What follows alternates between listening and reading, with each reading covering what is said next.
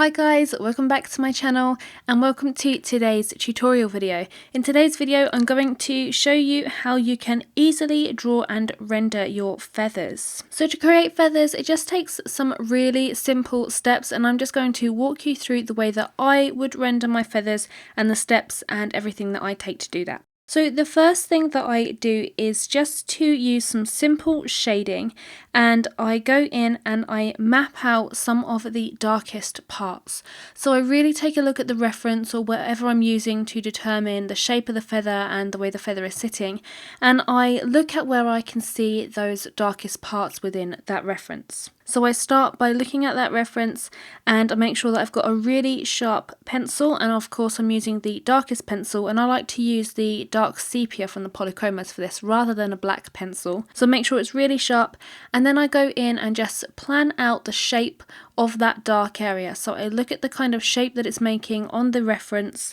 and then I map that in using really light pressure on my pencil. So I hold my pencil quite far back towards the end, so not towards the actual tip.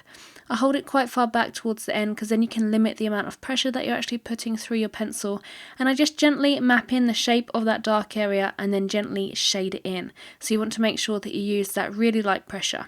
So I find that by mapping in those darkest parts first, you can find areas within your reference photo a lot easier. So the dark parts kind of act like a point of reference for yourself. And it's a lot easier to determine your lighter tones as well once you've got those darker tones in.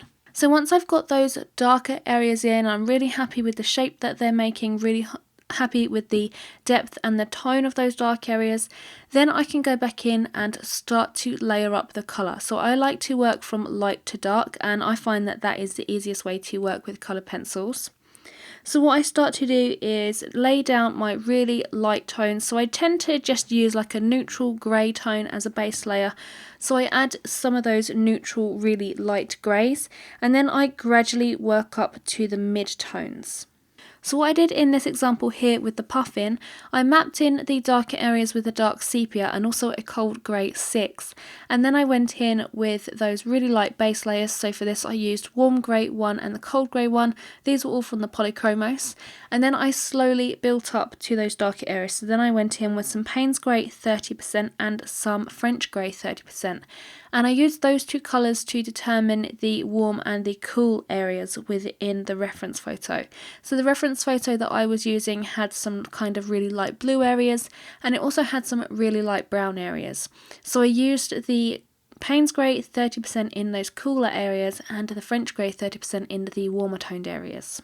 Also, by adding in those layers of the Payne's grey and the French grey, I went in and I slightly burnished the layers so far. So I slightly burnished out those initial really light base layers, and I slightly burnished some of those darker areas as well. So it's a really good idea when you are drawing your feathers to burnish ever so slightly or to blend ever so slightly, and that's so you get a really nice smooth silky even finish. So if you was to study a feather, it's not very furry and it's not wiry. Generally feathers tend to be really soft and smooth and silky, and you can see the light bouncing off of them. So it's really important to make sure that you do blend your layers as you're going when you're drawing feathers to enable you to get that really smooth silky finish. The technique which I'm using throughout adding all of these layers so far is just a simple shading technique. So all I'm doing is just holding the pencil quite far back and just moving the pencil back and forth across the paper in the general direction that the feather is going. So I'm just paying attention to my reference and I'm just looking at the direction that the feather is going in and then adding the shading in that way. So if my feather is pointing slightly down towards the left hand side, then I'm shading in that way. If it's pointing diagonally down into the right hand side, then I'm shading in that direction as well. So I'm always paying attention to the reference photo and shading in that way. And whilst I'm shading, I'm constantly keeping my pressure really light on my pencil and constantly keeping that pencil sharp as well. And that will enable you to get a really smooth, even layer of colour, which is essential for your feathers. And it'll also make sure that it blends out a lot easier as well when you go in with some of your lighter colours. So when I'm building up the lighter colours towards the mid-tones to get that really dark colour, especially in my case where I'm creating some black feathers, all I'm doing is just using a dark pencil, so in my case I'm using the Cold Grey 6, and I'm using it really lightly, and I'm just really slowly building up the layers using really light pressure, just going back and forth over the same area to really help to try and build it up. And that's going to help to build the layers on the paper, and then when I come to blend, it's going to blend out a lot easier as well. I go in and blend with a lighter coloured pencil. I usually like to use a Caran d'Ache Luminance white pencil, or I like to use one of the neutral toned greys and just lightly go over and use the same amount of pressure to enable all of those layers of that dark colour to blend out really nicely, so I've got a really smooth finish. Once I've built up the layers to get them as dark as I need according to that reference photo, then I like to go in and define a few details with sharp, hard pressure of the pencil. So sometimes with feathers, especially where the light's like hitting them a little bit and you can see the individual lines, you can see all of that texture and that detail, and that's where I like to go in and define. So I make sure that the pencil is really sharp, and I like to use the dark pencil as well to help define these lines. And I just create really small lines quite close together because the lines on the feathers are generally quite close together.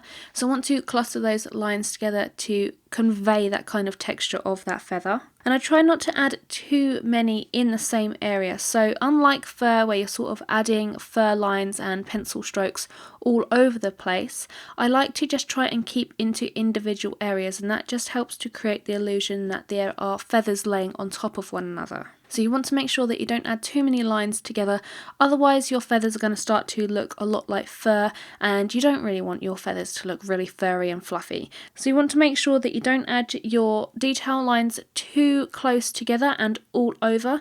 You want to sort of cluster them in small groups around the piece, not over the entire piece. So to make up these feathers consists of a really simple shading technique, making sure you keep your pressure really light on your pencil, making sure your pencil is really sharp at all times.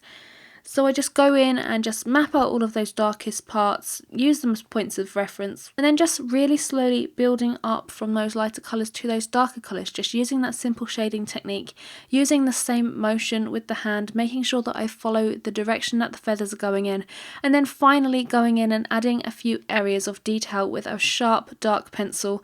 And I also go in and just add a few little highlighted feathers as well with a sharp Caran d'Ache Luminance white pencil. So I think this is a really easy way to actually render feathers with coloured pencil. I find it really easy to go in to begin with that dark colour and identify all of those darker areas.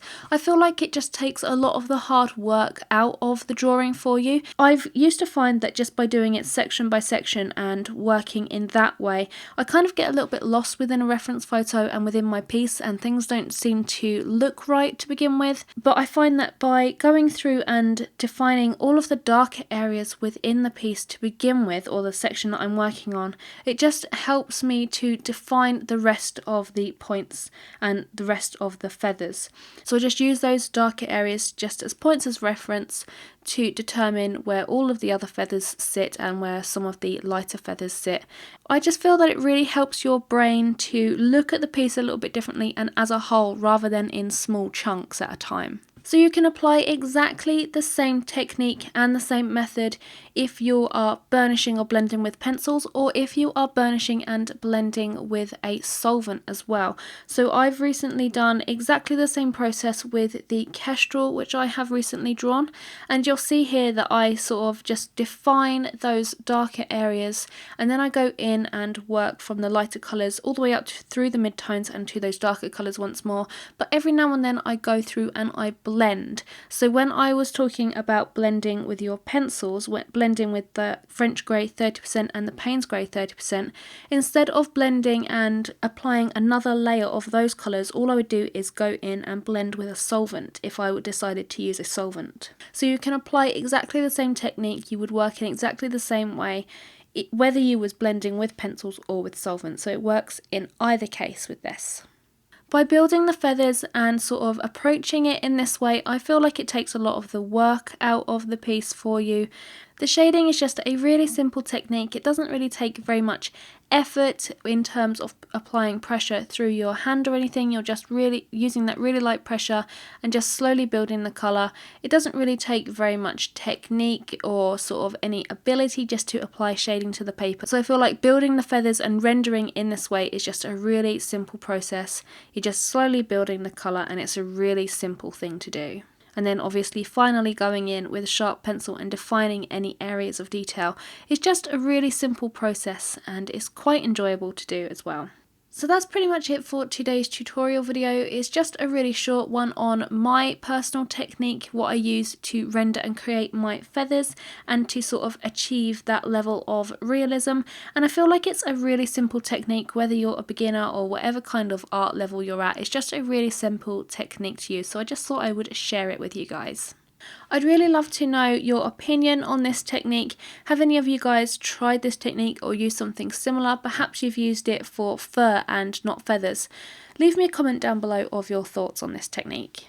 If you liked this video, then make sure you give it a big thumbs up, and if you're new around here and you like this tutorial, then make sure that you hit that subscribe button, because I release new tutorial videos every single Friday, and I also release art advice every single Wednesday as well. So make sure you hit that subscribe button and tick that bell icon so you don't miss any of those. But anyway guys, I will see you in my next video.